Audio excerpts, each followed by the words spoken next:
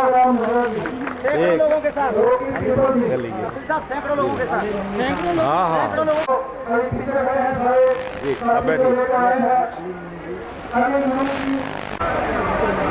पूज्य बाबा साहेब अम्बेडकर, शामजी महाराज सूरी, गुरु संत कबीर, क्रांतिवीर बिरसा मुंडा साहब कांशीराम जी को नमन करता हुआ मंच पर मौजूद हमारे सभी सम्मानित नेता, कार्यक्रम में, आंदोलन में, संसद घेराव के आंदोलन में इकट्ठे हुए सभी सम्मानित आंदोलनकारियों,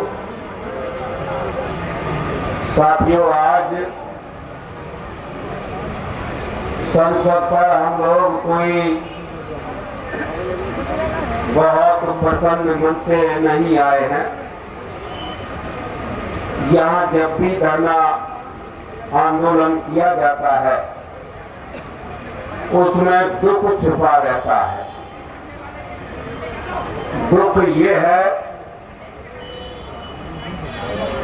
हजारों वर्षों से रखने की साजिश जारी है। अभी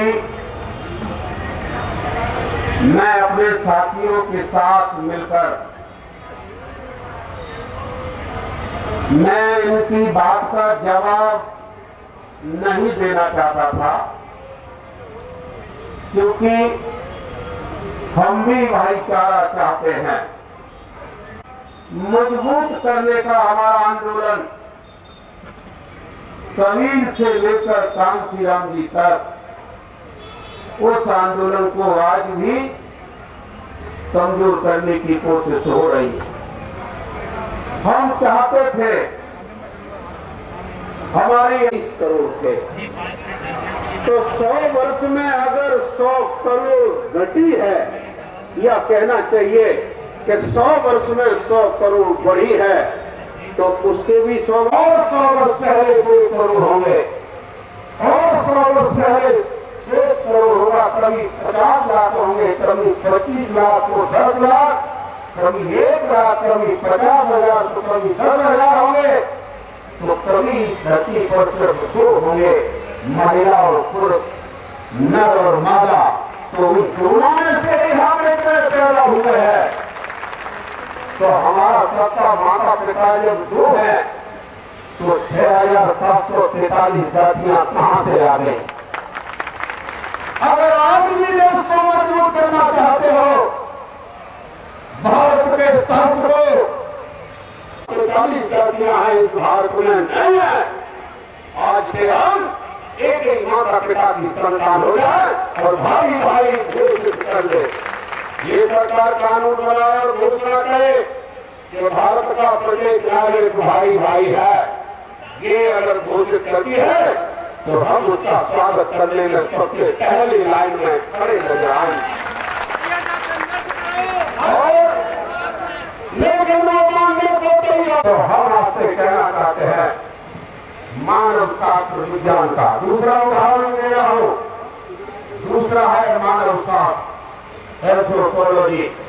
मानव शास्त्र में कहा गया है कि ये इंसान बानर की संतान है, तो बानर की संतान अगर फूल सिंह बनेगा है, तो बानर की संतान मोदी और राहुल गांधी भी है।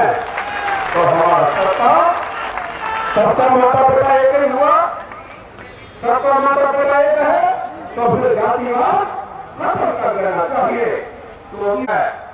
तो मेरे भाइयों, ये जातियां खत्म करने को तैयार नहीं है, तो हम भी कहने को तैयार है कि तुम जाति और बनाओ, और हम जाति बनाने वाले शास्त्र को जाति बनाने वाले मानो, और उनको गोली मत मारो। ये कैसी आवाज है?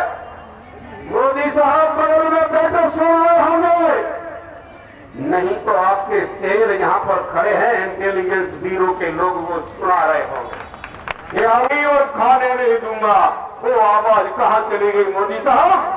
ये तो आवाज निरीही आवाज है, इस आवाज में दम बिल्कुल नहीं है।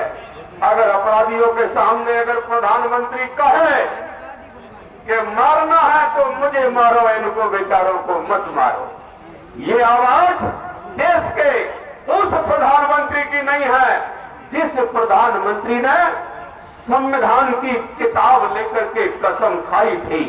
उस संविधान की कसम खाने वाले प्रधानमंत्री की आवाज नहीं है। क्या हो गया भैया कि मनमोहन सिंह तो गूंगा है, पूरी पार्टी कहते थे, और मैं तो आज ये कहना चाहता हूं कि वो गूंगा आज भारत का श्रेष्ठ प्राइम मिनिस्टर साबित होने वाला है। और मोदी साहब अगर 2-4 स्टेटमेंट ऐसे और बोल दो तो आप सबसे कमजोर प्रधानमंत्री साबित इस देश की जनता कर देगी आपको, अगर ऐसे ही शब्द और बोले तो। लेकिन मैं आपसे कहना चाहता हूं, करते रहेंगे आंदोलन, चलते रहेंगे हमारे। हम इस तरह की घटनाएं जब तक भारत में बंद नहीं होंगी तब तक हमारा आंदोलन जारी रहेगा, वो बंद होने वाला नहीं है। अब मैं आपके बीच में इस अवसर पर मैं ये भी कहने के लिए आया हूं, मैं आज आपके सामने, ये लड़ाई हमारी थी आरक्षण को लेकर के। आरक्षण एक निवाला है, परिभाषा पढ़िए।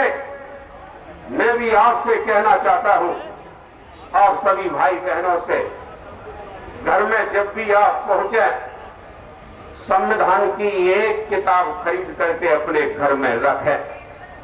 300 रुपए की आती है, ज्यादा नहीं। और मैं आपसे कहना चाहता हूं कि संविधान की वो किताब क्यों रखनी चाहिए आपको, क्योंकि मैं आज संसद के सामने कहना चाहता हूं, इन देश के शासकों से आज हमारे जान की बचने की उम्मीद नहीं है। अगर हमारी जान की बचने की अगर उम्मीद है तो भारतीय संविधान से है। इसलिए भारतीय संविधान की किताब अपने घर में रखिए।